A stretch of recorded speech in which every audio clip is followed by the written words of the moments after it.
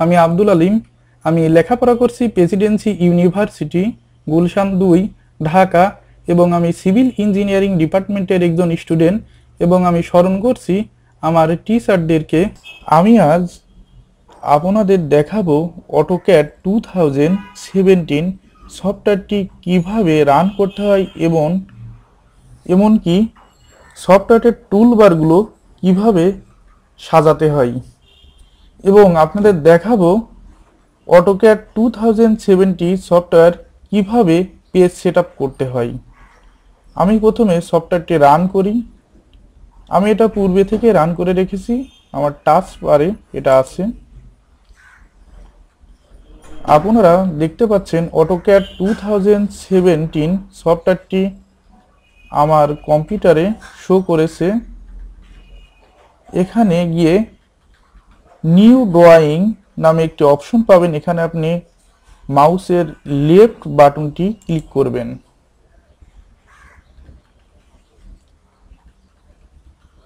AutoCAD 2017 সফটওয়্যারটি আমার কম্পিউটারে রান হয়ে গেল, কিন্তু আমি এখন 2D ড্রয়িং করতে চাই, বাট এখানে কোনো 2D টুলবার দেখা যাচ্ছে না।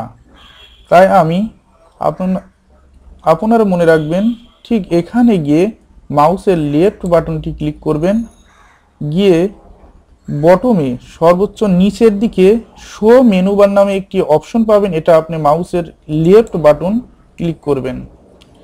ক্লিক করে দেখতে পাবেন এখানে আপনি edit, view, insert, format, tools, draw, dimension, modify বিভিন্ন টুলবারগুলো এসেছে। বাট আমি এখানে টুলসে যাব। টুল থেকে টুলবারস, এখান থেকে অটোক্যাড অপশনে যাব। অটোক্যাড থেকে ড্র নামে একটি অপশন আছে, এটা আমি ক্লিক করলাম।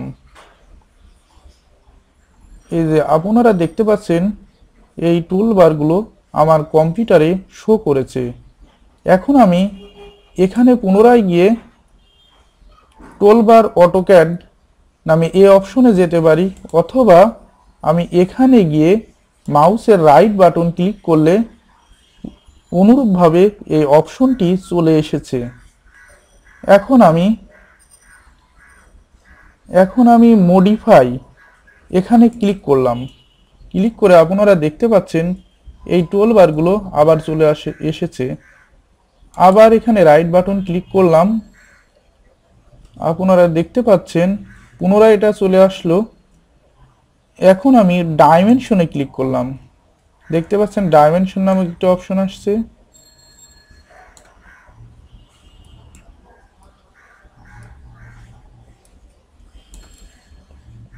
এটা আমি ড্র্যাগ অ্যান্ড ড্রপ করে ঠিক জায়গা মতো বসাতে পারি। পুনরায় আমি এখানে ক্লিক করলাম।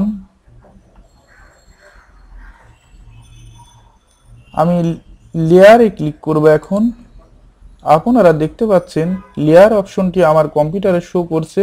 আপনারা এখানে বা এখানে বা এখানে যে কোনো এক জায়গায় এখন মাউসের রাইট বাটনটি ক্লিক করে অটোক্যাড নামে অপশনটি পাবেন।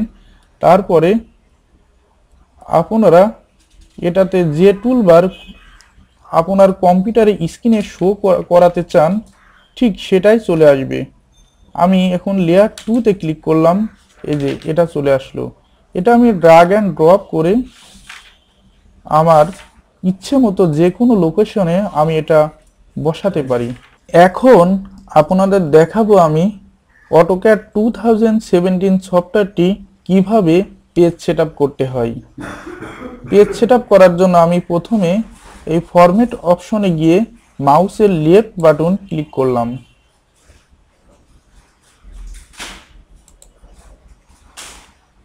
এখানে ডাইমেনশন স্টাইল আছে, মাল্টি লিডার স্টাইল আছে। আমি ডাইমেনশন স্টাইলে গিয়ে আমার মাউসের লেফট বাটনটি ক্লিক করলাম। এখানে একটি এই অপশনটা আপনারা দেখতে পাবেন। এখানে মডিফাইতে ক্লিক করবেন। এখানে সিম্বল অ্যান্ড অ্যারোর এই অপশনে গিয়ে এখানে ঠিক 15 করে দিবেন। পুনরায় টেক্সটে গিয়ে এখানেও 15 করে দিবেন। প্রাইমারি ইউনিট এইটা আর্কিটেকচারাল এবং এখানে আমি হাফ করে দিলাম। এখানে আর কোনো কিছু চেঞ্জ করা লাগবে না। আমি এখন ওকে ক্লিক করলাম। সেট কারেন্ট দিয়ে আমি এখান থেকে বের হয়ে আসলাম। আমি পুনরায় ফরম্যাটে যাব, যে ইউনিট নামে একটি অপশন দেখা যাচ্ছে, এখানে আমার মাউসের লেফট বাটনটি ক্লিক করলাম। এখানে গিয়ে এটাও আমি আর্কিটেকচারাল, এখানে আমি হাফ করে দিলাম। করে দিয়ে এটা ওকে ক্লিক করে বের হয়ে আসলাম। এখন আপনারা দেখতে পাচ্ছেন অরিজিন, এই অরিজিনটি বিভিন্ন অবস্থানে দৌড়ে বেড়াচ্ছে। আমি এটা একটি নির্দিষ্ট লোকেশনে রাখতে চাই, যাতে আমি চাই না কাজ করার সময় অরিজিনটি তার অবস্থান পরিবর্তন করুক। তাই আমি পুনরায় এখন আমি ভিউতে গেলাম। এখানে ডিসপ্লে নামে একটি অপশন দেখা যাচ্ছে, এখানে গিয়ে এই অরিজিনটিতে ক্লিক করলাম। এখন আমি আমার অরিজিন আউট হয়ে গেল।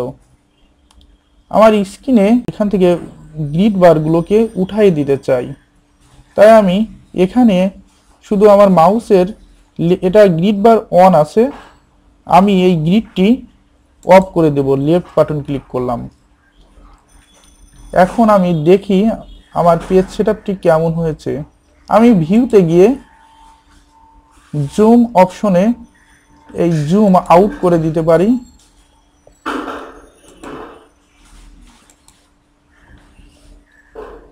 এখানে আঁকা বাঁকা লাইন আসছে, আমরা F8 ক্লিক করে সোজা অক্ষ বরাবর লাইন আঁকতে পারি।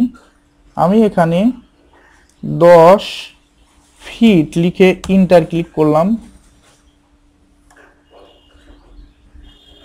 এখন আমি এই ডাইমেনশনে গিয়ে দেখতে পারি আমার সেটআপটি কেমন হয়েছে।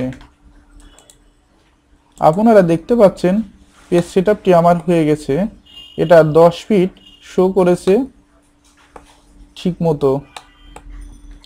এভাবে আমরা অটোক্যাড 2007 সফটওয়্যারটি পেজ সেটআপ করতে পারি। এখন আমি দেখাবো আমার স্ক্রিনের ডিসপ্লে কিভাবে চেঞ্জ করা যায়, এমনকি স্ন্যাপ অপশনটি কিভাবে আমরা অন করতে পারি। আমি আরেকটি জিনিস দেখাই। এই যে দেখতে পাচ্ছেন আমার এই লাইনটির মিড অক্ষ ধরছে না, এজন্য আমি স্ন্যাপ অপশনটি অন করতে পারি। তাই এখানে গিয়ে স্ন্যাপে গিয়ে রাইট বাটন ক্লিক করলাম, স্ন্যাপ সেটিংয়ে ক্লিক করলাম। এখন এখান থেকে অবজেক্ট স্ন্যাপ নামে একটি অপশন পাবেন, এখানে আমার মাউসের লেফট বাটন ক্লিক করলাম। এখানে আমি ইচ্ছে করলে একটি একটি করে সিলেক্ট করে প্রয়োজনীয় স্ন্যাপগুলো অন করতে পারি, আবার ইচ্ছে করলে সিলেক্ট অল দিয়ে সব স্ন্যাপগুলো অন করতে পারি। আমি সব স্ন্যাপগুলোই অন করে দিলাম। এখন এই অপশনে ক্লিক করলে একটি অপশন আসবে, সেখানে আপনার ডিসপ্লে কালার চেঞ্জ করতে পারেন। এটা আসতে কিছুটা টাইম নিচ্ছে।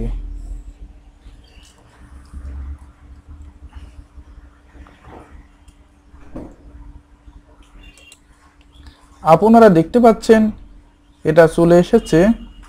আমি এখন এই ডিসপ্লেতে গিয়ে ডিসপ্লে এখন কালার বর্তমান ডার্ক আছে, আমি এই কালার অপশনটি যাব। কালার অপশনটিতে গিয়ে আমি ইচ্ছে করলে এখানে যে কোনো কালার চেঞ্জ করতে পারি। আমি গ্রিন করলাম। এখন আমি অ্যাপ্লাই অ্যান্ড ক্লোজ ক্লিক করে বের হয়ে আসলাম।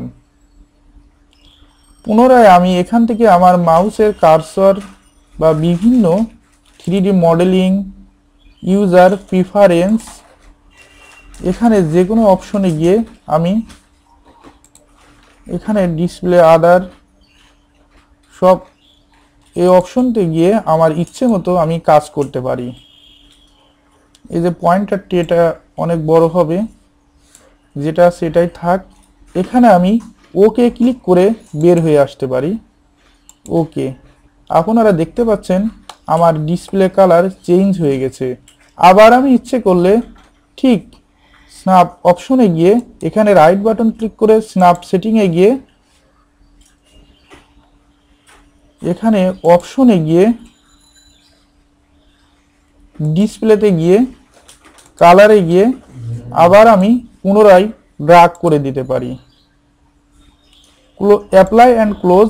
ওকে ওকে, এভাবে আমরা অটোক্যাড 2007 সফটওয়্যারটির টুলবার সেট করতে পারি, পেজ সেট আপ করতে পারি এবং স্ন্যাপ অপশনটি আমরা অন করে দিতে পারি।